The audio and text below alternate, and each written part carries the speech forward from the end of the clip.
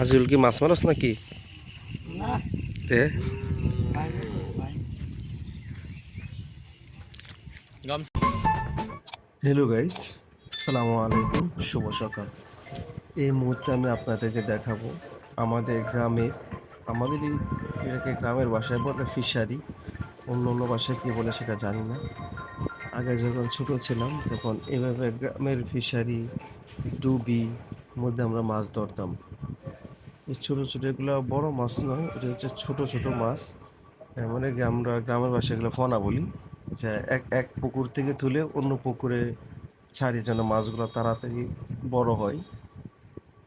একসাথে থাকলে এগুলা অনেকেই মারা যাওয়ার সম্ভাবনা থাকে, এজন্যই এক পুকুর থেকে আরেক পুকুরে নিয়ে ছাড়া হয়।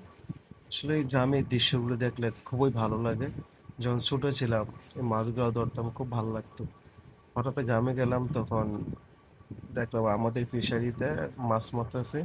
পরে ভাবলাম একটা ভিডিও ধারণ করে স্মৃতি হিসেবে রেখে দিই। দেখেন, আশা করি ভিডিওটা সবাই দেখে থাকবেন কিভাবে পুকুরে মাছ ছাড়া হয়।